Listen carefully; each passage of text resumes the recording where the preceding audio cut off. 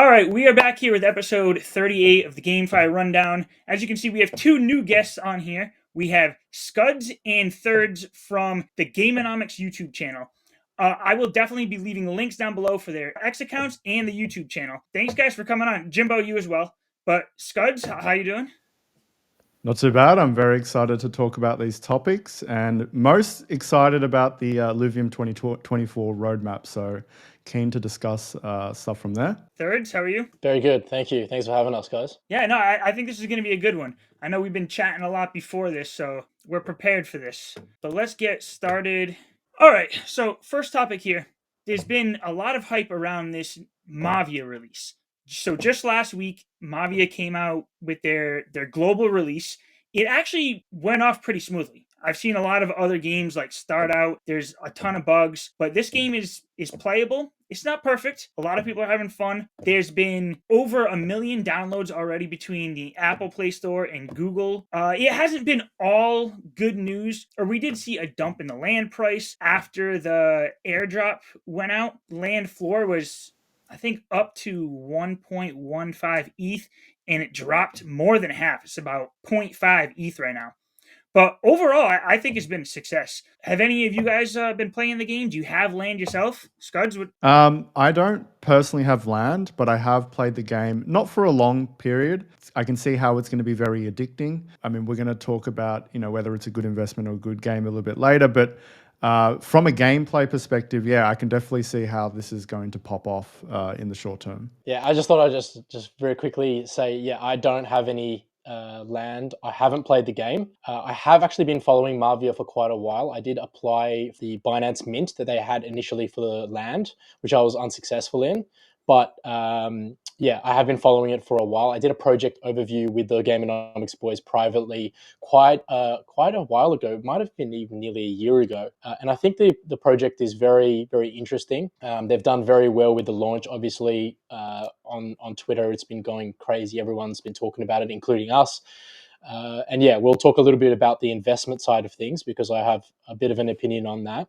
But as a game, and especially as a mobile game, they've done a pretty good job in essentially copying Clash of Clans because Clash of Clans is one of the biggest mobile games of all time. So, like the good game versus the good investment, yeah, I think it's very unique for a Web3 game where they're leaning heavily on the Web 2 side. Like if there's 1 million downloads, we'd have to assume it's not 1 million different players because people are trying to get this airdrop. But there's still, 10,000 land plots. So the majority of these players don't own any of this land and probably don't own any of the Mavia token. When it comes to like Web3 gaming, I think there could be a situation where the investment side might not be the best option, but it's still a great game. And then, on the flip side, there's other games that might be a good investment, but maybe not the greatest game. What do you guys think on that? Yeah. I think it's an interesting one with investment versus I guess game experience. So it's investment versus the game experience. Yeah, exactly. Like it could be a fun game, but not a great experience. Because, for example, somebody who might have bought a plot of land a week ago, lost half of their investment, but people are still playing and having fun. And you've done a lot of videos on like the airdrop, Nijay, right? Like you've done heaps of videos on the land, the airdrop. And I think for an average person, as you said, they're not going to get involved straight away, or they might not have got involved with this. They might be thinking about it because obviously there's been a lot of talk about the airdrop, the token price, the Mavia token price has been really, really strong lately. And a lot of people have made money from it as well. But I think for me, I have a bit of a controversial opinion on tokens like this in the Web3 space. As someone that would see this on the App Store as a Web 2 person, gamers are already automatically going to be turned off by the whole blockchain element of NFTs and tokens. And even if you capture some of those investment people, the people that would also think, okay, I'm investing already in standard financial markets. Let me think about this game that I've just seen on the App Store. They have a look at that. Have a look at a game like Mavia, and if they look further into stuff like the token, that's when I start getting a bit controversial because I start to think, well, what does this token actually do? And that's, you guys might know a little bit more about the project lately, But my understanding from the past, and also just having a brief look at it in the last few days based on the hype, the token doesn't do much other than governance. And for me personally, governance is not of significant value add as an investment, right? If we talk about land, that's when things look a little bit brighter for me. You look at the way people play using the land and the things that they can do with the land, the exclusive things that they can get later on, and potential airdrops that they can receive. Okay, maybe I can see some value in that. But as an investment, in terms of the Mavia token, I don't see much. What do you guys think about that, especially you, Nijay, because I know you've done a lot of research on Mavia. Yeah, so a lot of this, the tokenomics for Mavia is still not even released. For the governance, how the governance is going to play out, you still can't even find that information on the site. One other thing, or one other utility I did see from Mavia, is that by holding a certain amount of tokens in your wallet will give you access to maybe new skins or NFTs or different things within the game. I don't know what they would call it if you're just holding it or if you're staking it, but by having those tokens in your wallet, it should help you with the gameplay. Maybe it allows you to earn more Ruby. Again, that's kind of up in the air. We don't know the exact details on that. But Jimbo, I want to throw this question over to you. So we were saying it's mostly Web 2 players playing right now, and they're going to be able to earn this Ruby in game. Probably not as much as the landowners, but how do you see that playing out? Is that like a recipe for disaster, or is that a good thing that a free-to-play player can come in and earn a little bit and be part of this ecosystem, this economy? That's a tough one because it's heavily dependent on how you do it, right? So it's like if you're giving them just shit for free like Axie did, obviously you're just going to ruin the whole economy and the crypto is going to go to zero just like Axie.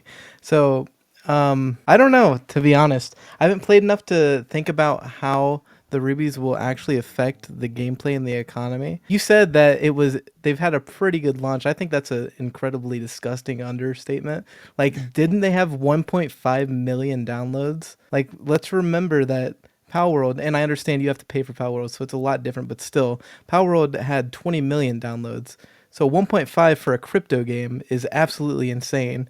Really well done for them. And it being mobile, I feel like people who play mobile honestly probably don't even know it's a crypto game, so they'll just play it regardless. Whereas if it was like a PC game, people wouldn't know like right off the bat. But also mobile gamers are more casual, so they don't really care. But regardless, I think Mavia is doing really good. I think I showed it to one of my friends who's really, really into Clash of Clans, or used to be, and he was like, "Yes, I'm gonna play that." And I was like, "Dude, I'll buy land and you can play." And I already got the scholarship thing going on. So, me personally, I don't know if I'll like the game a ton, but I think it's got a lot of promise. And the rubies, I think you have to give F2P players something, even if it's like scraps.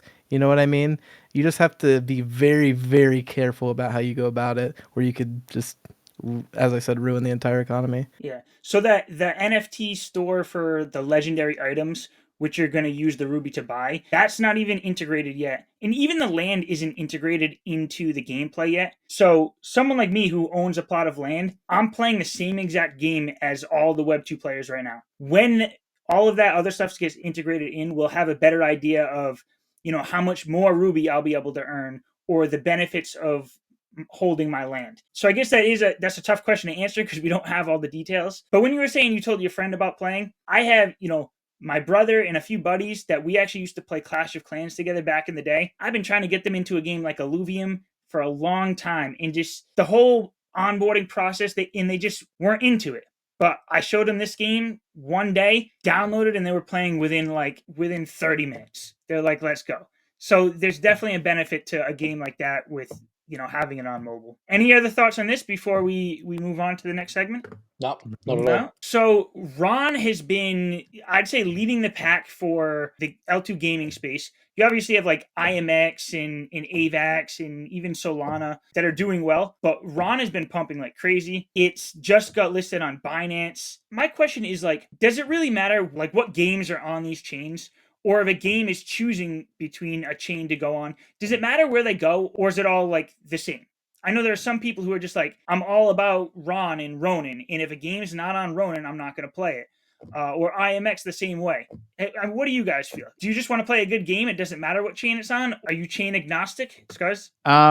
Yeah, so I mean, this is something we've talked about a lot within Gamenomics, and it is a bit of a chicken or the egg, right? Like what comes first? And I mean, if we can compare it to the traditional gaming space, right? So, Steam is the biggest platform. Let's kind of assume that Steam perhaps is a blockchain or whatnot. And if it really depends on where the game project is in its life cycle. So, if it's a game that has no marketing budget and, just doesn't have the funds to promote itself, then I think the chain does matter, because the chain is effectively marketing. Like, if you get yourself on Immutable, and Immutable is the go-to chain, and all of a sudden you're featured on, the front page of new games listed, that's a free marketing tool for the game. Now, at the same time, we also have onboarding aspects. So, like a good example is Splinterlands. Splinterlands has been a game, I don't know if you guys know, Splinterlands is a 2D auto battler that's been around for, I don't even know how long, maybe 2018, like ages, right? Pretty good community, reasonable liquidity in its markets. It's got a rental system.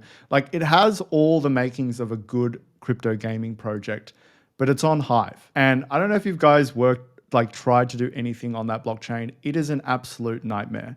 Now, I haven't actually done any transactions on Hive in the last, say, 2-3 years. But when I tried to move funds onto Hive and I tried to buy their token and buy their NFTs, it was just honestly like the worst experience. And to me, it doesn't really matter how good the game is. If the onboarding experience sucks, people aren't going to play it. But at the same time, I also believe that a really big game, if the game is so good, like if we had a Fortnite, people might actually be willing to deal with these inconveniences to learn and stuff like that. So it's a tough one, and I can see merit to both arguments. But personally, I think the network and the chain does matter for where we are at the moment. Yeah, Thirdz, you got any thoughts on that? Yeah. Just very quickly, I think I second what Skuz has to say, but I also do think that in its current form, yes, it matters. Like Skuz said, because it's all crypto natives. Like, we know, even to go on Hive, or if it's Binance Smart Chain, Immutable, Ronin, we've all had a little bit of experience with some of them, or at least with one or two of them. So it's not going to be too hard for us to get on another network, or we know how to look it up, and we know how things work. We know how wallet addresses work. We know how tokens work. So we're able to do it quite easily. So I think for us, it matters in the sense of almost like a loyalty and preference, but it doesn't matter in that we can move between them quite quick. If you're someone in Web3 that wants to move into a Web3 game that looks quite interesting, right, and you've never interacted with anything to do with crypto before, you are going to have a tough time, right? So it's going to matter a lot how you are able to access it. It's going to matter a lot how easy it is for you, because it's very easy to give up. It's very easy for them to go, nope, I'm not gonna continue with this, and that's why certain technologies like the IMX passport, and I know Ronin also has an onboarding process as well, is very important for mainstream growth, and that's essentially what we need. I mean, we can all have a small niche community for a few years, but at the end of the day, we need to expand beyond this community. Yeah, and I think just what you said there is something that I don't even think about too much, because I'm deep enough into crypto and Web3 where if something's popping off on another chain, I know how to move funds over, I know how to make it work. I think about some of my non-Web3 buddies, and I try to onboard them onto like one thing like IMX, and it's just a hassle just getting them on one of those chains. And then if I had to get them onto a different chain and then another different chain, it's so much easier if you all the games you want to play are on that same chain. So yeah, I see what you're saying there. Jimbo, any thoughts on that? Okay, I'll just kind of echo what Scott said. It doesn't really matter, but okay, it does matter, but the only reason it matters is because the onboarding has to be good. I feel like I understand the mindset of the lazy gamer because I am a lazy gamer. And if the onboarding is hard for me, or if I didn't know about crypto and the onboarding was hard, I wouldn't even look at the game. I would just turn around immediately. So whether we like it or not, the chain doesn't matter. The onboarding has to be good. Like, if the onboarding is bad, you're not going to get masses and masses of players. Like, of course it matters for us crypto bros, but crypto bros aren't going to make Web3 gaming shoot into the mainstream. Like we have to get those Web 2 normies to be able to seamlessly and flawlessly be able to play a crypto game, whether that's custodial wallets or you have it on some kind of layer 2 that's easy to use. But regardless, like onboarding is #1 top priority. I don't care what anybody says. If you disagree, you're a bitch. Yeah, I completely agree with that. And that's why I'm excited about this upcoming bull run. Because I remember when I was first getting into Axie back in 2021, I got into Axie before they even had the Ronin chain. So I was on layer 1 Ethereum. And then I had to worry about converting everything over to Ronin. I was very determined, but I remember how difficult it was to figure everything out. But with the IMX passport, with what Ronin's been able to do, and some of these other chains, it's going to be a lot easier this upcoming bull run, which means there's going to be a ton more people getting in. And I don't know, I'm just excited where it all goes. Before we hop over to the next topic, there's just a couple tweets that we were going to bring up here.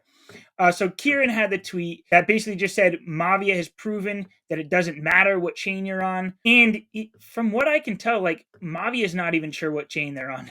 They recently put out a tweet and said they're looking for a layer 2, trying to engagement farm and see where the community thinks they should go. Because right now they're just on layer 1, and that doesn't work in gaming. We know that. Are you gonna say something? Imagine having 1.5 million players download your game, and then you're just kind of like, "Hey guys, we're looking for a layer 2 to be on." Can you imagine how many people are begging them to be on their chain? That's just the first thing that came to my mind. They set themselves up pretty. Yeah. Well, I don't know if it was just a last minute thought, because I feel like they should have had this figured out already. But they did. Yeah, the problem I with the agree. airdrop, the problem with the airdrop that they had is that the free to play players were only able to claim, I think, 12.5 of the Mavia token. And granted, right now the Mavia token's been popping off, so it's worth it now to actually claim those. But on day 1, it was like, by the time you claim it with the gas fees and try to swap it, it's almost worth nothing. So they might have seen that and been like, we can't stay on layer 1. We need to move to a layer 2. Which is, I think, a 100%. consideration that they should have already thought of. I mean, it's easy to say in hindsight, but any transactions that are expensive are going to be very, very difficult for free to play players. Even if it's larger than 12.5 tokens, free to play players, they're going to be like, okay, I have to pay $5, let's say. I don't know exactly how much it was, but at least a few dollars each time I want to do something. That seems like a pretty steep price to pay. And so you need to figure these things out, which is the whole reason why layer 2s exist. Yeah. And over the next year and a half, we could probably only expect those gas fees to go higher and higher. Exactly. One last tweet before we move on. This was a tweet that I saw that Kagi posted. He slid into Kieran's DMs and asked him about buying Ron. But Kieran said he knew about it and he bought some Ron over a year ago. He knew it was going up. Trader, can't believe it. Short ILV. Yeah, right. Kagi has such a punchable face. I don't know if you guys have realized that. Like I would really just love to beat the shit out of Kagi. Respectfully. Honestly, I kind of respect the kind of heel role that he plays, but man, he does too good of a job at it. He's a troll. He's a troll. Dude, but I it's was good. just It's about to good. say he is so good at like just getting under people's skin, and he knows what he's doing. Like, every time someone has beef with him, he's trending in crypto gaming, and it's just like it's genius. Now you need to be pretty mentally tough to always have to deal with this sort of stuff. So yeah, you got to kind of respect the like you said, the heel mentality. We're going to move on to this next topic here. All right, so I picked this one because I do have some opinions on this, but I want to get your opinions first. So multi-accounting in Web3 gaming. We know that when it comes to just Web2 gaming or even some Web3 gaming, it's like there are leaderboards, and if you're playing multiple accounts, you could take up multiple slots on that leaderboard. Even when it came to a game like Axie Infinity, when I started playing that a few years ago, they had against their terms of condition or terms of service is that you couldn't play multiple accounts, and they would like ban your assets, ban your account. Is that necessary? And if you think it's necessary, how do you really regulate that? Like, should Web3 games have that in their terms of service that you can only play one account, or should it just be a free for all, just like I think crypto was meant to be? Jimbo, why don't you start with this one? What do you got? Any thoughts on that? What, dude? Who is complaining about multi-accounting, bro? Like, first off, if you have multiple accounts and top 10 on the leaderboard of a game, you deserve to get that payout because you're that fucking good. Like, I'm sorry. Like, it just is what it is. And like people playing on different accounts at the same time. Okay, first off, and this isn't my full point, but first off, how are you going to stop that? And second off, again, why do you care? If someone is putting in more work than you, they deserve to have more. That is just common sense. Get over it or start multi-accounting yourself, put the work in, and you can get the same out of it that they are. This is like some crybaby libtard bullshit, honestly. Thirds, what's your thoughts on Yeah, this? I mean, I think that it's part of crypto, and it's part of also just gaming. If you're good and you can make multiple accounts and you can climb ladders and you can get rewards, then you're entitled to do so. I think that where it gets a bit controversial and where people might start bitching is when you get into the botting realm, where, okay, are people actually playing those games with multiple accounts and getting those rewards with multiple accounts legitimately, or are they botting? And that is a question to really ask the developers and how they're going to combat that. Because the botting exists, it will always exist. There are some games that are better at creating anti-bot software for their games than others. And then there are also some games that allow botting and don't really focus too much on botting, because at the end of the day, botting also brings them money. So there's a bit of a balance that needs to be had with a topic like botting. But in terms of multi-accounting, it should be allowed. There's no issue with it. I'm with you on that. Like if you're doing multiple accounts and you're botting on those multiple accounts, I think that should be an issue. I know Illuvium, for example, they've tried to set up their game in a way that botting doesn't make sense. They've talked about that for a while. So instead of trying to put it in the terms of service that you can't do like multiple accounts or you can't do botting, they just make it so that doing it doesn't make sense. Scuzz, what are your thoughts on that? Well, I've got mixed opinions on this.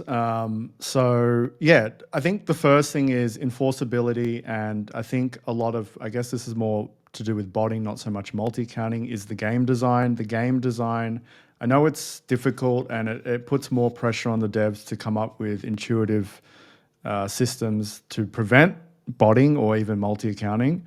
But that's how it should be instead of terms of service. Now, on the flip side, and this is probably me speaking from my poker background, when it affects the integrity of the game financially, so you know, let's use poker an example. There's 9 people playing on a table, and you've got 3 of the accounts. Obviously, you have more information. You have a huge advantage.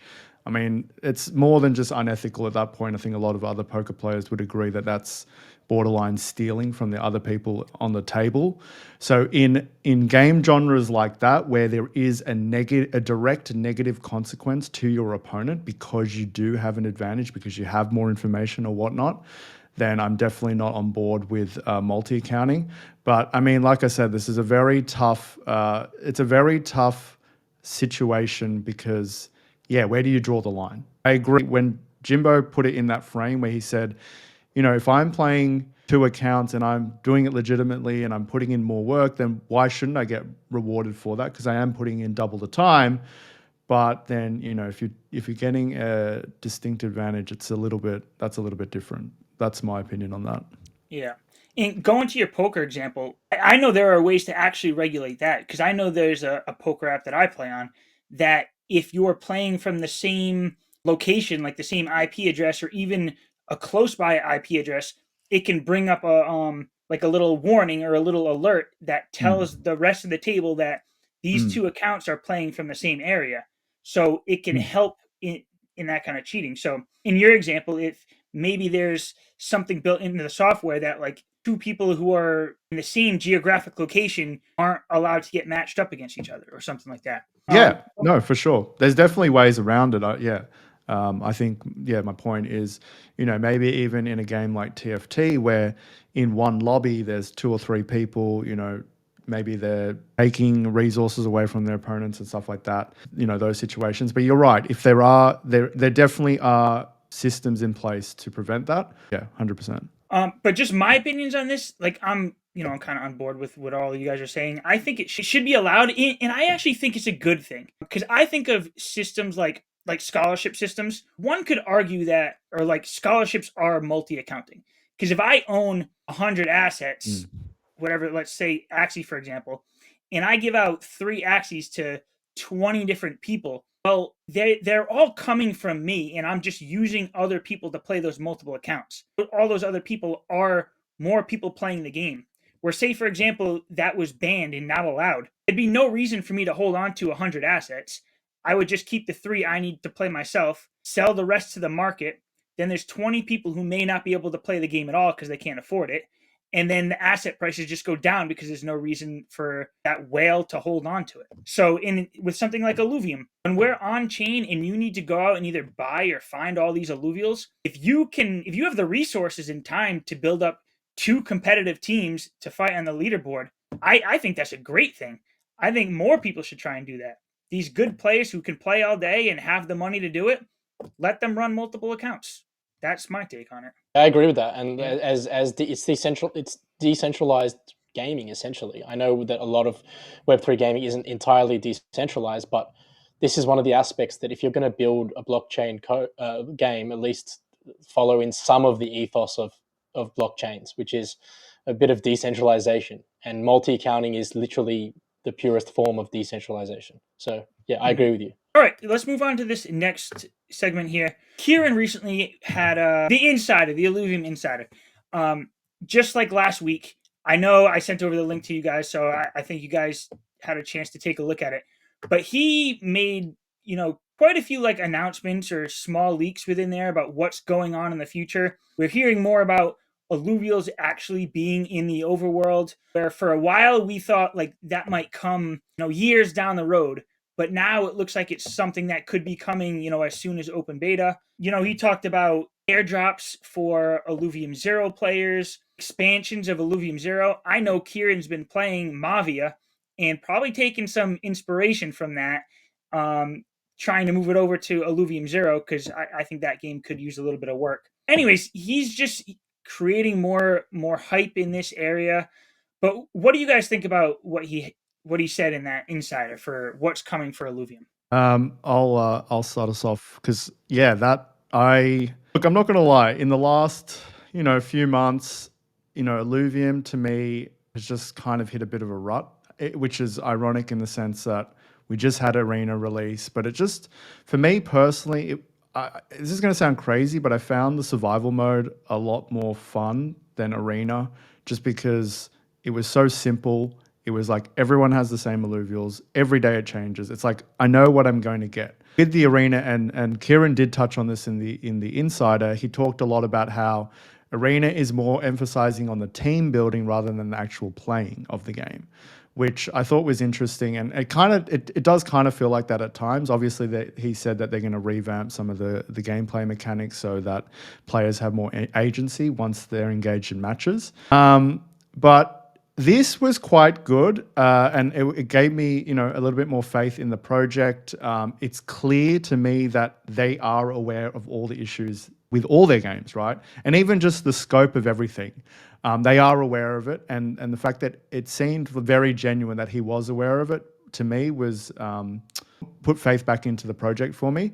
But I think the biggest takeaway for me from the Insider was actually, got my investing hat on here when I say this is the biggest takeaway, not my gamer hat, but the fact that because of the success of Power World, big investing firms like VCs actually looking at Illuvium and going, wow, this could be an insane investment opportunity. So for me as an investor, and the reason why I talk from an investment perspective, because I do think good games don't necessarily mean good investments, and vice versa. Good investments don't necessarily mean good games. Illuvium has the foundation to create an insanely good game. And as an investor, I'm looking at, the big return. I mean, we all are. If VCs are going to come in, and Kieran was talking about apparently a second capital raise could give them 10 years of runway, I'll make a pretty big bet that they will make something successful within that 10 years. That's kind of how I look at that. So yes, all the gameplay stuff that he talked about is fantastic. Some of the updates that are going to happen. I'm more excited actually about the Illuvium Zero. I think there's a lot of things that they can take from Mavia to Illuvium Zero, which would be insane. But for me, the biggest takeaway was, yes, external investors are looking at Illuvium going, wow, if Power World could be that successful, Illuvium could do the same thing. Let's put a lot of money into this. That's how I look at it. Yeah, I like how you said that. We talked about this earlier. Just because it's a good game doesn't mean it's a good investment. Just because it's a good investment doesn't mean it's a good game. But I truly think Illuvium has that opportunity to be both, to be a really Yeah, good game and a really good 100%. investment at the same time. Which is why I plan on playing it a ton, and my bags are filled. No, 100% agree with that. Jimbo, yeah, Jimbo, what do you think about that Insider? I'm pretty sure you watched it. Yeah. I remember one specific thing that really like I didn't like. So here's the thing about me with Illuvium. I don't fuck about my investments. Like, of course I care, but like I want the game to be good so bad. Like I would sell everything I have just for the game to be good. And there was one part, and this is why I'm a little upset. There was one part where Kieran mentioned something about like even if all of these games, and I might just be wildly taking this out of context, so forgive me if I am, but this is the way it came off to me. It was like if a lot of these games on launch don't like do well, we have the resources to make another game that's like more friendly to like a mainstream audience. That I really hated. Like, let's get these games in a good state. And as you said, I've always said this. Illuvium has it has the best foundation in Web3 gaming to be a successful and really, really, really fun game. Problem is, dude, like, and again, I'm not trying to trash the Illuvium devs, but they take so long to do stuff sometimes. Like, man, it just takes forever. And I think the investment, ironically, I don't think it matters if the game is even good on like investment wise, because I think if we get to open beta, you can just sell your stuff right before the open beta and you'll make money. Not financial advice, by the way. Let me add that real quick. I'm an idiot YouTuber. Do not follow any of my financial advice. Anyways, but yeah, it seemed like they were okay with shelving some of the products and coming out with a different game, like a quick game to kind of get the economy going. That I really, really didn't like. But again, I could be taking that out of context or misheard what he was trying to say. Just quickly on that note, I know exactly what part you were talking about, Jimbo, and I kind of felt like I had that same feeling as well. But like I said, I was looking at more from an investor hat on, not as a gamer. And to me, that to me is actually it's they understand what it needs to be done commercially. And I know, but I did feel like he kind of was like, yeah, exactly what you said. So I don't think it was just you. I think a lot of people probably had that same response. Yeah, and as someone who like loves Arena, like in its current state, it's not super enjoyable, but like it has so much promise, man. Please, can we get some game devs? What I was about to say almost came off toxic. I'm not trying to be toxic. I just really, dude, I love this game so much. I absolutely love it. I just want it to be good and come out and be great. I slightly disagree with you guys in that I feel like the fact that they understand that if some of these opportunities or some of these releases don't hit expectations, and some of them might not, right? We hope they do, but some of them might not. They understand that they can pivot because as you said, Jimbo, they have a very good base. They have a very good base product or base sort of game with the designs are fantastic. They've got really good Totally. collectabilities. They have a lot of that Pokemon style nostalgia factor, I would call it, right? Which a lot of people love, and Power World is a great recent example of that. But there's heaps of examples of that. And that whole collectability side goes perfectly with blockchain as well. So they have a really good foundation, and I feel like that's quite a big positive thing when Kieran slightly mentions the fact that they could potentially pivot if something happens down the track. That gives me confidence. It gives me confidence that they're not just going to slow rug like every other fucking crypto project that I've seen in the last few years. Do you know what I mean? So it's a really positive thing, given that a lot of people are putting money into this. A lot of people are like yourself, Jimbo, are really hyped about Illuvium, and hopefully, even if the worst case scenario happens and all three games go to shit, they have something that they can do. They have a foundation, and that's exciting to me. Worst case Yeah, scenario, I though, see Jimbo. what you're Don't get too saying. scared, Jimbo. Worst case scenario. I see what you're saying, but that's also, I still feel like you're coming at it from an investor lens instead of like, let's make some good games. Like, if they actually do that, what was the point of the previous 3 years working on these three games? That just seems like a huge True. waste of time. I read somewhere, I don't know how true this is. This was just, I think, two game devs having a chat, but they were talking about games that they make, and they make quite a lot of games as smaller independent game devs. And one of them said something like, out of 20 games, only one of my games actually hits. Right? And that's very low odds. And, as I said, I don't know how accurate that is. And he could be making very quick fire games, not AAA rated games. But you can see how competitive the gaming space is. So even if we look back and say, okay, worst case scenario happened, there's a wasted number of years here. I think that's not the worst thing in the world. There's positives to take out of that. And the gaming market is competitive, and it also takes a long time. Just to double down on what I guess Thirdz is saying here, we recently looked at a project. It was a boxing and TCG hybrid that was developed by the guy who made Magic the Gathering. And we actually then went and looked at his history of games that he developed. He was either a prominent figure in the game development or at least an advisor in like 30 games. And honestly, none of them are hit except for Magic the Gathering. So like Thirdz said, I think even though we don't have a reliable source on that, we definitely have that information where, yes, you will have many, many games. And look, we can look at it as a failure and look at it as a waste of time. But at the end of the day, they proved that they can, and like what Kieran said in The Insider is, there's a lot of stuff that happens behind the scenes. And if you're a new game studio, there's probably a lot of stuff you won't be able to do. There's legal, there's human resources, employing, there's, corporate structures, there's taxes. Like there's so much stuff that would have had to been done in the process, which they've set up and probably have learned a lot from. So yes, maybe you could look at the game in isolation and go, okay, maybe that didn't go well, waste of time. But I think there's a lot of stuff outside of that they have learned and probably have built really well where, if a Riot Games or something was like, hey, we need someone to actually partner up and leverage our IP onto the blockchain, maybe they go through an established, quote unquote established Web3 gaming studio. So once again, I know I'm looking from an investment perspective and Jimbo as a gamer, this is all kind of noise, and this is what Web2 gamers just hate, that we've got, these crypto bros talking about investment. But at the same time, for us at Gamenomics, we look at both the gameplay and the investing. So we have to look at both at the same time. Yeah. When I hear like pivot, like that doesn't scare me at all.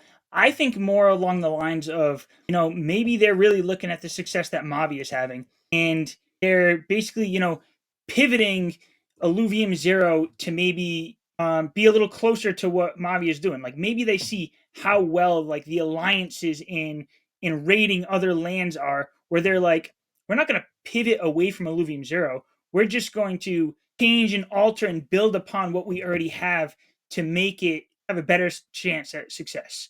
The only issue I have with that, because obviously you want them to make these games as good as possible. Even when it comes to Pal World, maybe Pal World gave them the real push to be like, we need to get alluvials in the overworld for open beta. The only issue with those things is that it could just continue to delay things further and further, which I think is what happened these past 3 years. They started out with an idea. They have this perfectionist mindset where they figure out a new idea. They need to build on that. They want to make the graphics even better. And they're just trying to make the best possible game. And that just takes more and more time. So yeah, I don't see that as a bearish thing. I thought it was a good thing from both a gaming and an investment standpoint. All right. Yeah, real quick, I want to just say I'm not trying to FUD the Illuvium team. They know I'm not that. trying to FUD the Illuvium team. They're just what? I know, but it's like they get so much shit. I feel so bad for them. You know what I mean? So I want to make it super clear. I believe in the team. It's just rough. But I think you're the face of Illuvium. We know. I just want to say as well, like I don't know Jimbo super personally, but we've been in contact. We've talked for many, many years, and honestly, this man is so passionate about having Illuvium gameplay. He must have some massive. Damn right. Keep going. Fucking massive. And the first time I actually met Jimbo he was streaming with 0 viewers, and Mans was just out there playing Illuvium. He didn't care if anyone was watching. He just loves the game. So Fuck yeah, yeah. this is coming. Yeah, I want to support him and say this is coming out of passion. This is not out of hate, which you do see a lot of people in the Discord, unfortunately, who have zero emotional attachment. They're just in there to they've just had a bad day and just want to hate. And I don't think Jimbo is one of those guys.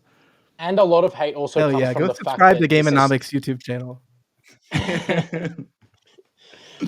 and yeah, a lot of that hate that you see on developers is the fact that a lot of people put more money than they maybe should into projects like this, and they're talking about it from a financial point of view. So they're hating based off of what's happening, nothing's happening, my bags aren't moving, or the price is going down. So then they start criticizing. So they don't criticizing based on the development, like maybe Jimbo. Sometimes you say they're going a little bit slower than you would like. That's criticizing the development, not necessarily the price, and that's why maybe you see a lot of hate towards developers sometimes, which they shouldn't get because they're working hard. True. We can see they're working hard. Yeah, and if you've been watching these podcasts, these GameFi rundowns, you'll know that Jimbo's pretty much all in on Illuvium. So I bring up other games every once in a while. And he's like, I didn't really get to play it too much.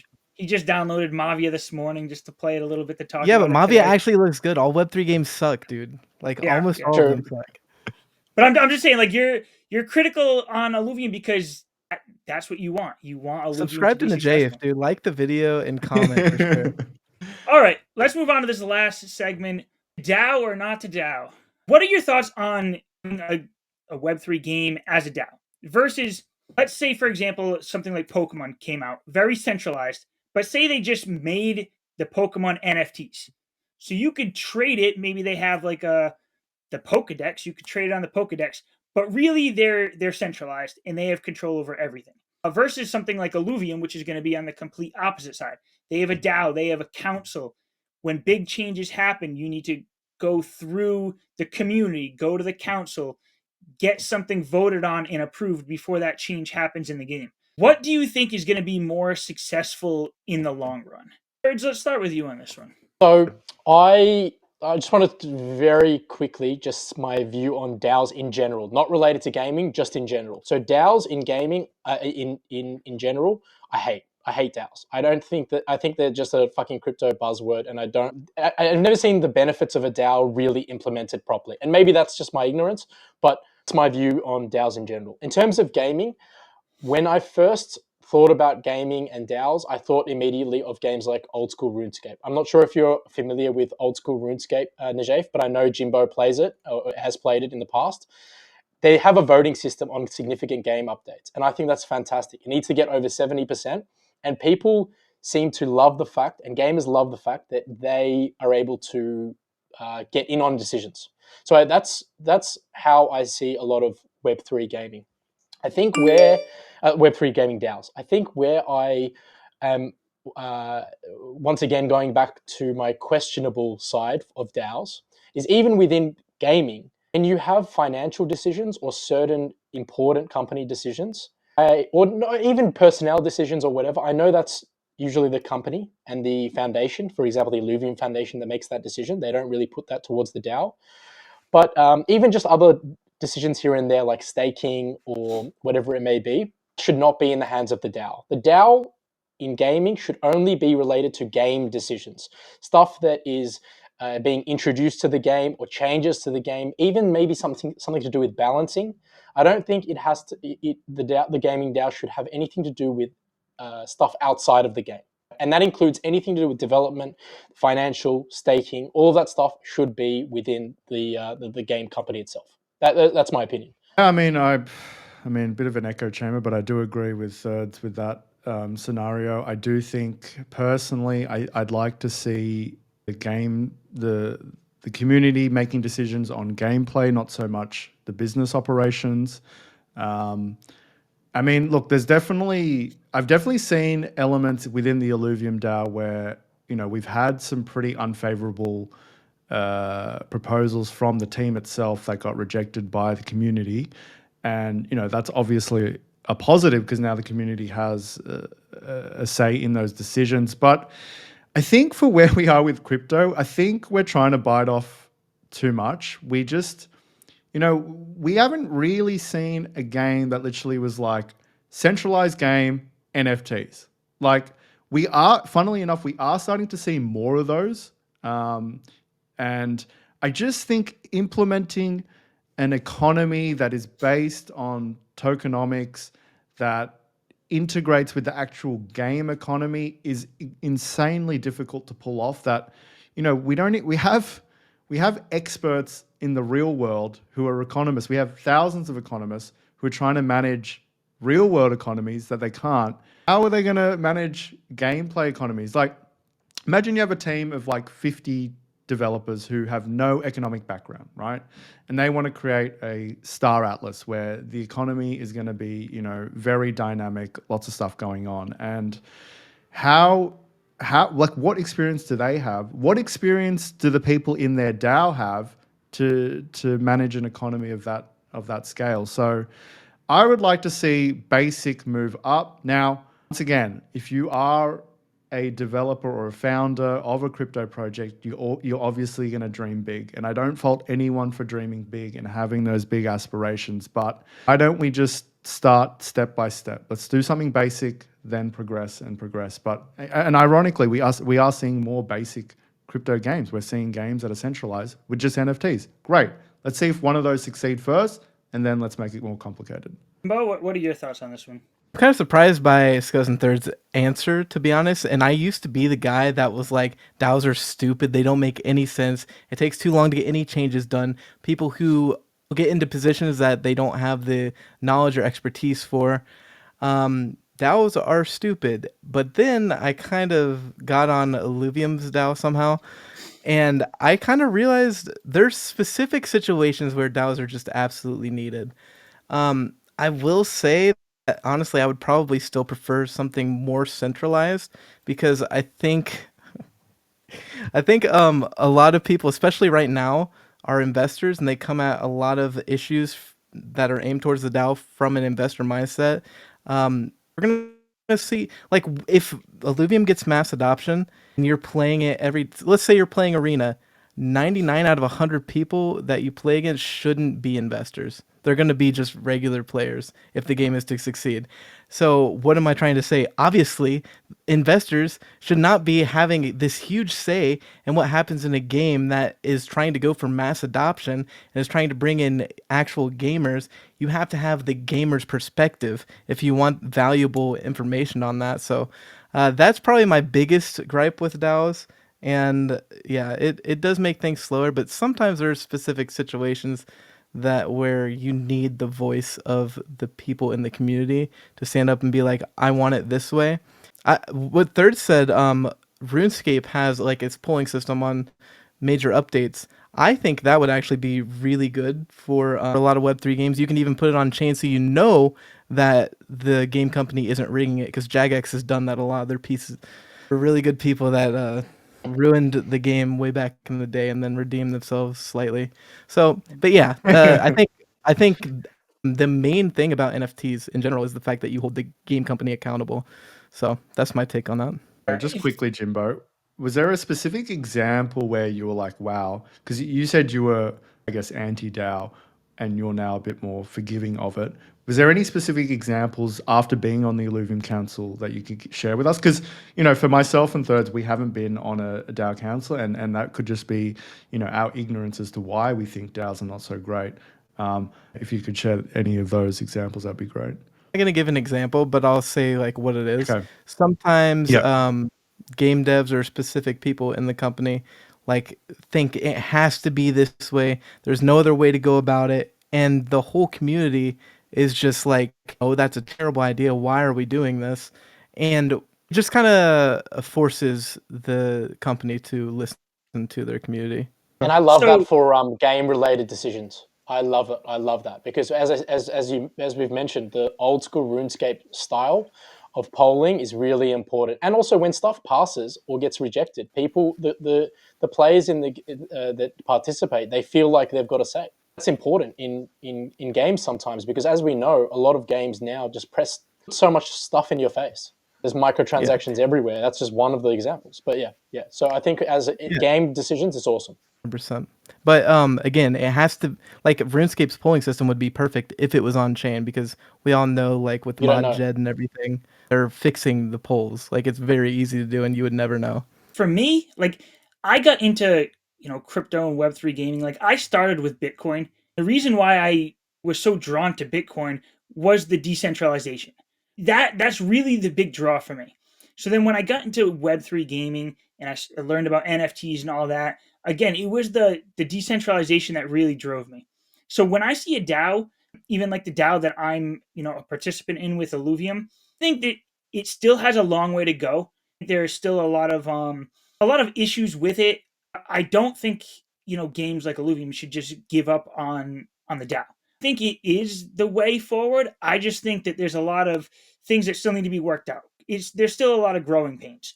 It's still new. Like what Illuvium's doing with like their DAO is pretty much like leading the space. They're the first ones to really pull it off on a bigger scale. It's going to take time to work out all the details to make it work more seamlessly. I like the future of it. DAOs. Centralization, I'm just one of those people where I just don't like it. I don't like people at the top being in control of everything. I like the control to be, spread out and, decentralized, Another thing I'll add: the only utility that your token has is that you're a DAO. You can get fucked. All You right. mean governance specifically? Government, yeah. So yeah. Governance in general, but also Because I'm yeah, you're right, Illuvium's Skuz. revenue. I mean, that is an Illuvium DAO thing. I think is we all want the revenue side of things. So yeah, I think you mean specifically governance. I meant specifically governance. Yeah, if it's a governance DAO only, you can get fucked. Good. At least with Illuvium and the ILV, there's a lot more utility than governance. Yeah. That's just a small part of it. Exactly. But yeah, that's pretty much going to wrap up this episode. Since you two are first time on here, maybe a lot of the people watching this aren't too familiar with you. Just a little idea of the stuff that you do on your channel. What you talk about. Why should everyone watching this channel go and subscribe to you right now? Well, yeah, I mean, at Gamenomics, we try and look at all crypto gaming projects. I mean, there are just so many of them. So obviously, there's not, we miss a few of them, but we try and give you guys more of a rational, objective look at things. We're not really trying to get emotionally attached to projects. We try and educate people. There's a lot of misinformation that we see, particularly on Twitter. And we try and, I guess, not expose them, but try and emphasize like, hey, just because you buy a token doesn't necessarily mean you have ownership over the project or the company. And I think if a lot of people understood this, I think the way they invest their money would be a lot different.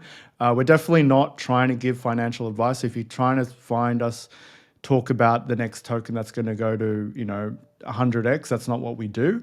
We just look at projects, their fundamentals, and you can take that as education and make your own informed investing decisions based on that. To add to that, we also do news related stuff as well. So stuff that's happening in the space, changes that happen, listings on Epic Games is a recent one, partnerships, even comparing some games as well. Our most recent video was comparing Power World to Illuvium and just seeing, just some small differences between those games. And that's us. So check it out. And we do short style videos these days. Too. Yeah, I'm going to be checking out more of your content. I really appreciate you guys coming on. We'll have to have you back on again sometime in the future. I really hope your channel grows. I've watched some of your stuff. It's really good content. Like I said before, I'll leave links down below. And any final words before we close this episode out? That was really good to have a chat with you guys. Thanks, Najaf and Jimbo. It was good. Cheers, boys. Yeah, really enjoyed this. I think it was quite productive chat. So yeah, thanks for inviting us on. All right, Jimbo, thanks for coming on. Yeah. I was only 2 minutes late today. Can you believe it? Thanks for showing up. Yeah. Hey, we're here, baby. Yeah. All right. Thanks for watching. See you guys.